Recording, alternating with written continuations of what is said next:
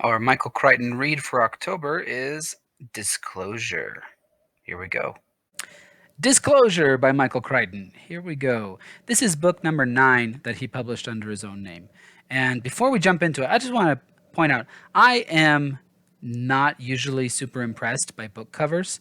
Obviously there's some that I find more intriguing than others, but this one, I don't something about it. I freaking love this cover because check it out. The dust jacket is like transparent, so the dust jacket just has his name here in the middle, and then disclosure is actually on the cover of the book, on the actual hardcover. And when you put it on, you can faintly see disclosure through the dust jacket. I don't know why. I just love that. But then it's kind of spoiled because the dust jacket also says disclosure up here, but like really small. So I think that's kind of spoils the effect. But whatever. It's I just like it. I don't know. Anyway, where was I? This is book number 9. We're doing the Michael Crichton read along. Check out the playlist up above me right now. You can click on the card. We've been going through Michael Crichton's books in publication order. We started with Andromeda Strain, and last month we read Rising Sun. Next month we're reading The Lost World. And so this month, October, we got Disclosure. I just finished reading this today, and I did not really prepare anything to say here. I kind of blasted through this book pretty quickly. I read it in like 2 days, 3 days, and I don't know. I didn't bother to take notes. I just wanted to get through it. And first off, I'm surprised at how much I enjoyed it, to be honest. Not that I didn't expect to enjoy a Michael Crichton book, but I didn't expect to enjoy a book about this subject matter. Anyone who knows me personally knows I'm a pretty prudish person. This book is about a sexual assault.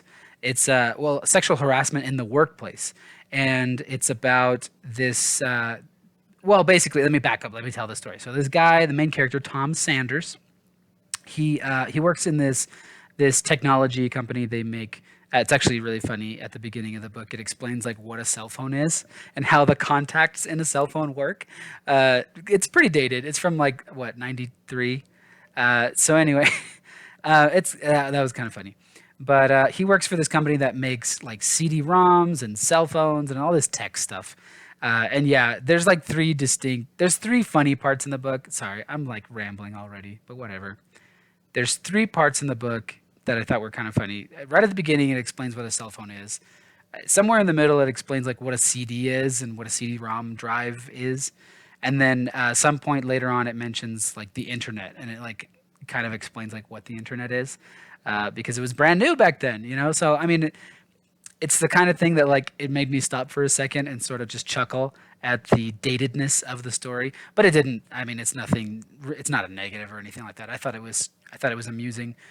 Anyway, so this guy Tom Sanders, he works for this company in Seattle, and there's this big promotion coming up. They're going to do this merger with another company. They're going to be doing some reorganization in the company, and basically everyone is assuming that he's going to get this job, and he kind of has let himself believe that as well. Although in retrospect, he thinks about it later and he realizes it was never promised to him. So anyway, he doesn't get the job, and this woman is brought in from California to take that position, and it's actually his ex-girlfriend from about 10 years before, and so there's like kind of questions about whether she actually deserves the job or whatever.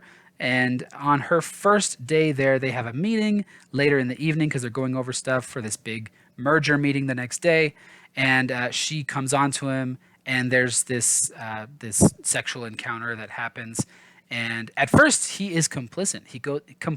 He goes along with it, but then he decides, this is not good. He's married. He's got a couple kids, and he cuts it off, and he's like, no, we're not doing this, and he leaves. She gets really upset. She accuses him of sexual harassment, and he has this decision.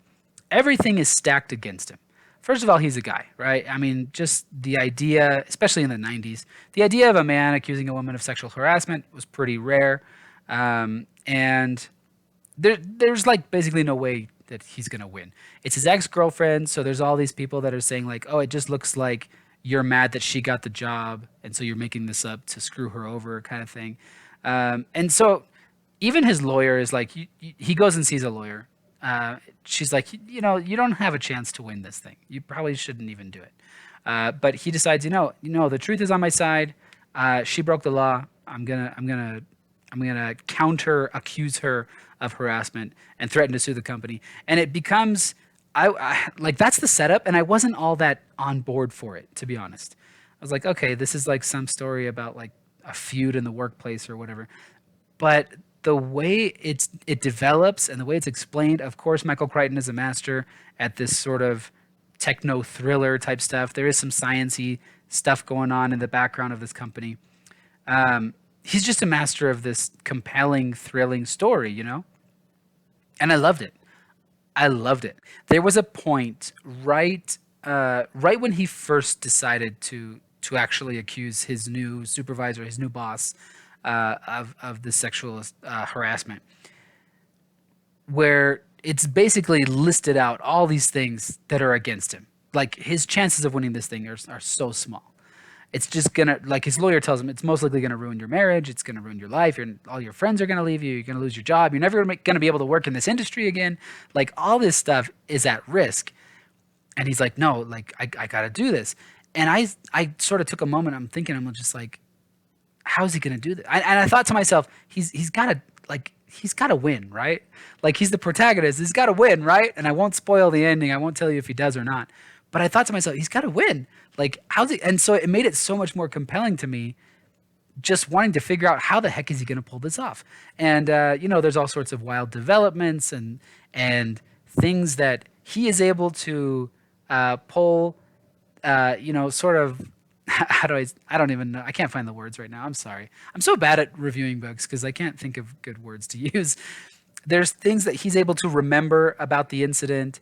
Like there was a cleaning lady outside and they go and interview her and stuff like that. But then there's also twists and turns that this lady, Meredith, by the way, is her name. Meredith Johnson is his supervisor. Things that she does to make it more difficult for him. Just when you think, oh, maybe he's got a way out here. Oh crap, she's closed him off, and she's very tricky. She's very conniving, and all this is set against the backdrop of like these companies are trying to merge, and the merger is very contingent on like whether or not this company is competent and these people are competent, and this guy bringing this lawsuit, bringing this complaint is sort of throwing a wrench in that whole operation. And so he's really jeopardizing the whole company. And so all of his coworkers are really like hating on him, and his boss, the owner of the company, the actual CEO, is just really cold towards him and all this stuff. It's intense.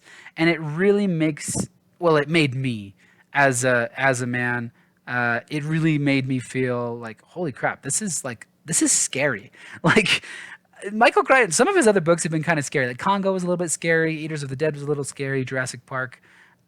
This was the scariest Michael Crichton book I've read because it's so realistic and it's something that can happen. And actually, it is based on a true story. The names and a lot of the details have been changed, so it's not exactly a true story, but it's very much based on a true story. And so, like, this is frightening, and this is happening in the '90s. It's even worse these days, if you ask me. One of my very favorite book series in the world is the Bartimaeus Trilogy by Jonathan Stroud. It is awesome. It is fantasy.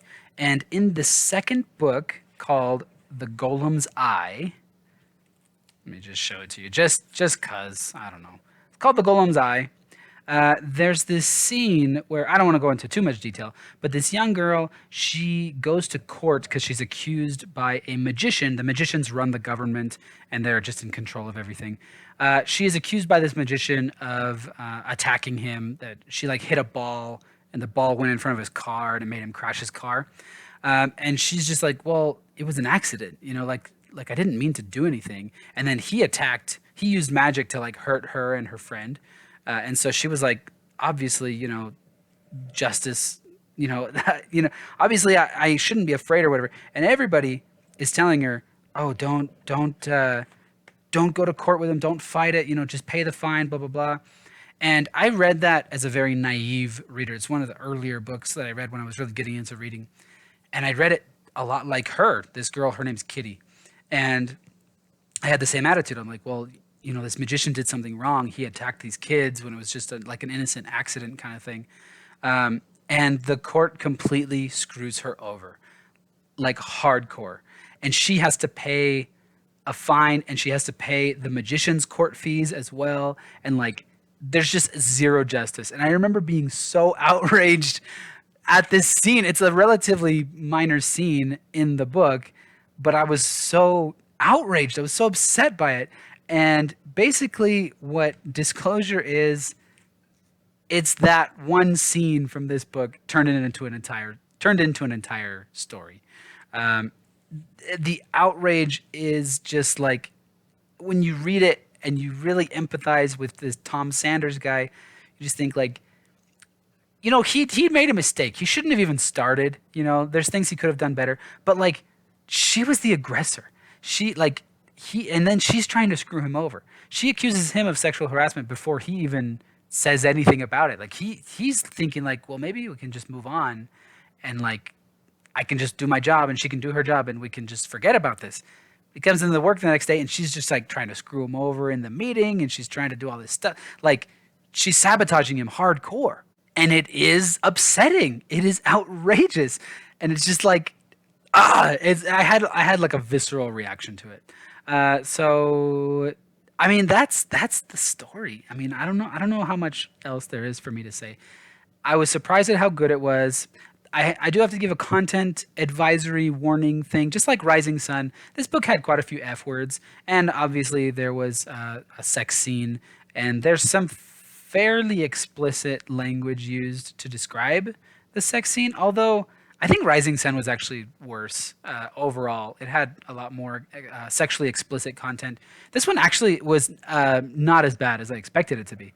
But the story, the pacing, the thrill ride, it was great. It was great. I